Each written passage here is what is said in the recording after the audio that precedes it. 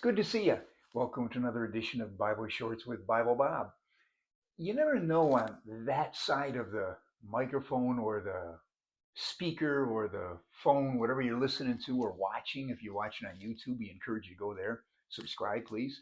But you never know how many times it takes to do one episode. Sometimes you pray, you sit down, and it goes off without a hitch. Today, this is take number 3. So that means I've done it twice, tried to edit it, and through all kinds of audio, video problems from the amateur here, it just didn't work. So here we are with take number 3 for episode number 111, part 9 of chapter 9 in Hosea. And today's episode is called Whore on a Corn Floor. Now, that might sound like some vile rap song if you're an old head like me that doesn't like vile rap songs. But trust me, it's from the King James Version of the Bible. The King James uses the old King James language, and a lot of us, I think it's beautiful. It's haltingly in terms of my understanding right away, but I need to go a little bit deeper into the King James. And what I have here is kind of cool. This is actually, if you're watching online, you'll be able to see it, but it is a Amplified and King James side by side. It says large print, but I don't really think it's so large. I think my other large print that you can read from the end zone of the Buffalo Bills Stadium, that's large print. But this here, it's got 2 versions of the Bible side by each, I guess is how we would say that. And this Bible here is a special gift. Before I get into today's lesson, I just thought I would mention this. This is really kind of cool. It has an inscription in the front of the Bible. It's presented to Bob Keebler. That would be me. From Linda Thornhill. That would be my wife and her maiden name. It says, God's treasured son. I got to put glasses on because even the writing is small print. God's son, the type of diamond. From Linda Thornhill, God's treasured daughter. The new beginnings, new hope, set apart day, October 8th, 2012, the Grand Canyon. Jesus loves you, so do I. And at the bottom, the Bible verse is, Your word is a lamp for my feet, a light on my path, from Psalm 119, 105. So what that's from, this Bible is in memory of a very special moment in my wifey and ours life. Is that how you say that? Proper English? And what it was, you might be thinking this is TMI, but it was our first kiss. So we were in the Grand Canyon on our first date. We had a grand date in the Grand Canyon, and I'm telling you, it was a grand kiss. What happened was, it wasn't something we planned. Neither one of us thought, well, it's time to kiss or anything like that. It was a spiritual moment where 2 people came together, 2 people who were putting God first, 2 people who had been through some relationships that didn't quite work out. But now, putting God first, it's a whole new ball game. So this is a special Bible to me, and that's why I've got it today. I do want to read from the King James, because the King James is the only one that opens up Hosea chapter 9 with the word whore on a corn floor. And I just thought it was kind of neat. So if you just happen to be tuning in and you're just happening to check out Hosea chapter 9 and you haven't watched the other 8 chapters, I encourage you to do that. But Hosea is a minor prophet. God tells him to go marry a woman who's going to be unfaithful. And it speaks metaphorically of the Israelites who are committing spiritual adultery. And that's what the whole chapter is all about. So I'm going to really key in on the word separation, and threshing floor is where we're going to go. But let me read you the chapter. It gets pretty vile. The word macabre, which is pretty sick, comes to mind. I mean, how far these people had strayed from God. And I think it's a lesson to us that we could go that far as well. So let's go to chapter 9 in the King James Version. Rejoice not, O Israel, for joy as other people, for thou hast gone a whoring from thy God. Thou hast loved a reward upon every corn floor. So when they talk about a reward upon every corn floor, basically what they're talking about is that the whore on the corn floor would receive some type of remuneration for the services. The threshing floor, talk a little bit more about it later, but what it was a men's only place. It was where the harvest was finalized and threshing was done, a separation, but women really weren't allowed there. But what this is saying, hey, Israel, don't have joy like the other nations because there's a harvest. They have joy in giving their false God credit, but you can't give their false God credit. Don't joy, because you're going to lose your joy real quick. So let's go on. The floor and the winepress shall not feed them, and the new wine shall fail in her. They shall not dwell in the Lord's land, but Ephraim shall return to Egypt, and they shall eat unclean things in Assyria. They shall not offer wine offerings to the Lord, neither shall they be pleasing unto him. Their sacrifices shall be unto them as the bread of mourners. All that eat thereof shall be polluted, for their bread for their soul shall not come into the house of the Lord. What will ye do in the solemn day, in the day of the Lord, in the day of the feast of the Lord? For lo, they are gone because of destruction. Egypt shall gather them up. Egypt is a place of slavery where they came out of. So now the Lord is saying, you came out of slavery, I got you out, but you haven't given me credit and you're not playing by the rules that I told you to play by. You're going to go back into slavery.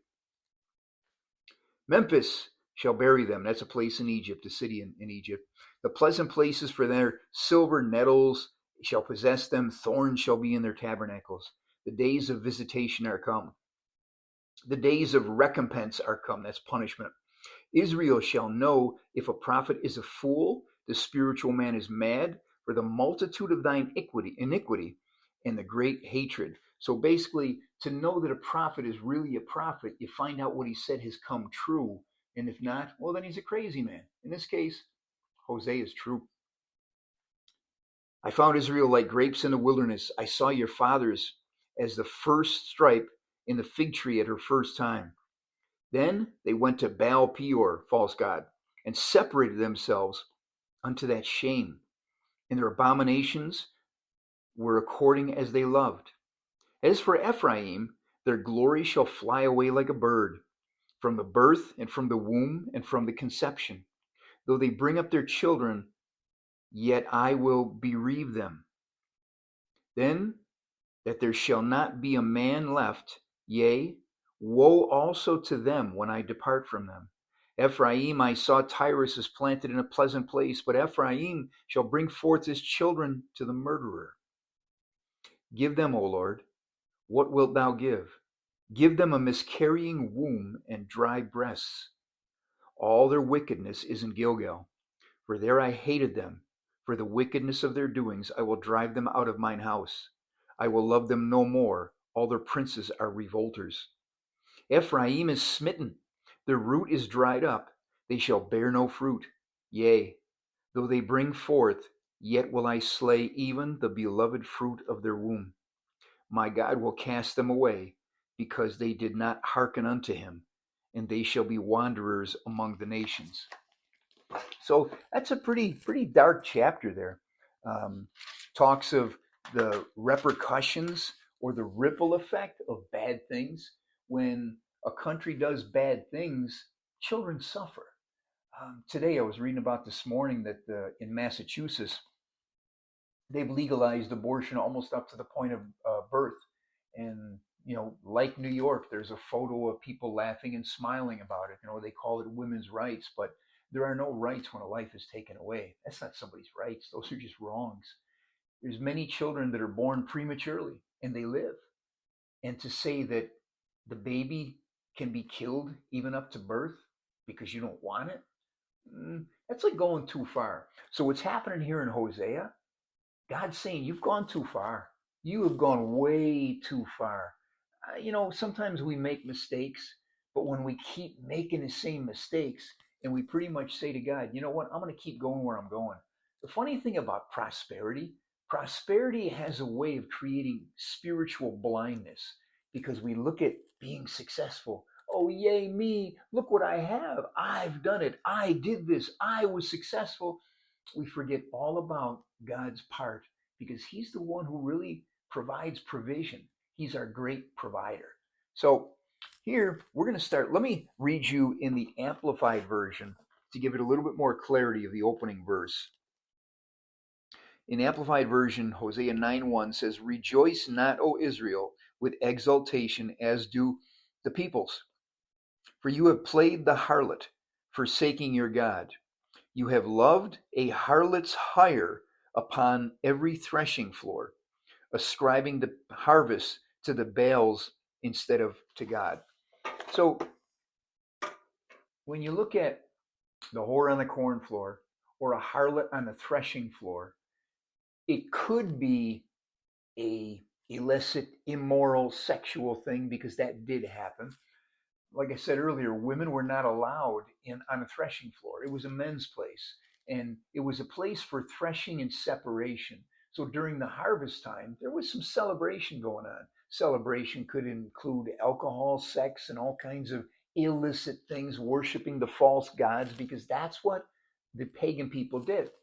So Israel had fallen into these bad habits. And so that's what we're looking at here. So now what's the significance of the threshing floor? So throughout the Bible, it's known as a place of separation. It's both a physical and a spiritual place. Physically, they used it when they would bring the harvest in. They would separate, let's say, the wheat from the chaff, or the wheat from the waste. You may have heard the chaff is like the bad part that is blown away in the wind. So the threshing floor, the different ways they would do it, they would take like an oxen. They would go around in a circle and trampling on the wheat and separate it, and then eventually throw the waste part out and gather up the good part.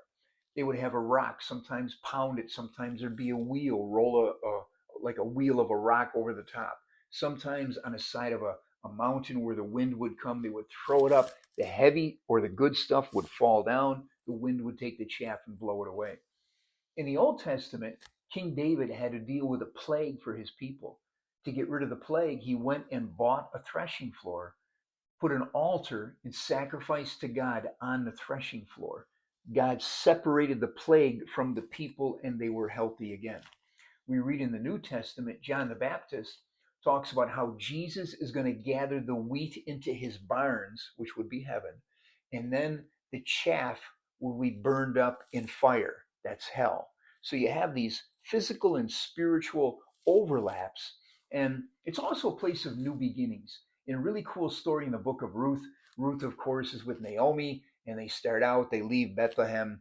Ruth is in Moab, and Naomi and her husband Elimelech, his name is, they leave looking for better places. They've got two kids, Chilon and Mahlon, and they go. Well, the two boys marry two women. They marry Ruth and Orpah, and all of a sudden, all the men die. The husband of Naomi and her two boys and the two ladies. It's like, oh, what am I going to do? Short story, Ruthie comes back with Naomi. They go back to Bethlehem. They find that there's a kinsman redeemer who, in those days, when a husband died, the next of kin would marry her to carry on the family line. Jesus is our kinsman redeemer.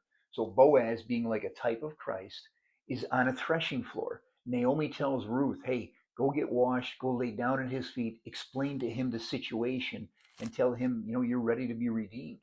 And so all of a sudden, Boaz wakes up. Who is this younger woman?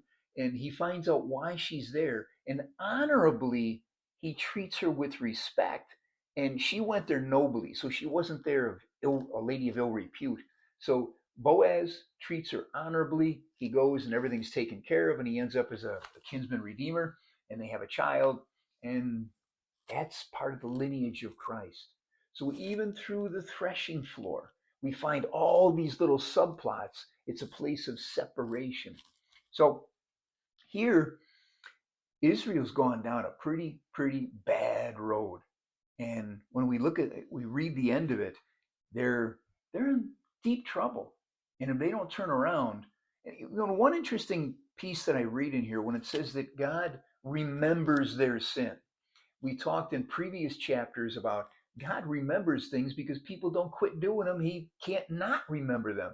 When somebody keeps slapping you in the face, how can you forget the last slap? Because it keeps on happening. This is what Israel is doing. They're kind of like slapping God in the face. So on a side note, so that's pretty much the end of where I'm going to go in chapter 9 in the book of Hosea. When we go into chapter 10, what we're going to see is a little bit about what God's desire is and where he wants to go and how he's going to gather the people. And we start to go down a little bit of a good road. So got some trouble ahead. But troubles create hard times. Perseverance creates hope and patience. That's a really good thing. But where I want to go to finish this, just to ask maybe for your comments. My wife and I are out walking today. We're looking at birds, and we started thinking about relationships and how we've been through relationships where old heads, some were good, some were not. And most oftentimes, there's a relationship, people get into relationships that burn them. And the thought that I had was if you're continually getting into relationships that burn you, you might be the one who's flammable. You need to make yourself unflammable. Is that a real word or is it inflammable? I don't know, but so that you won't burn or get burned. You need to become the person that you desire. And so that's something that we're going to be looking at. We're going to get through Hosea, but we're also going to talk about relationships because a lot of people are getting burned. You shouldn't have to spend your life getting burned in relationship after relationship after relationship. Linda and I did not find each other, and we have a perfect relationship. Sometimes we have miscommunications on my part.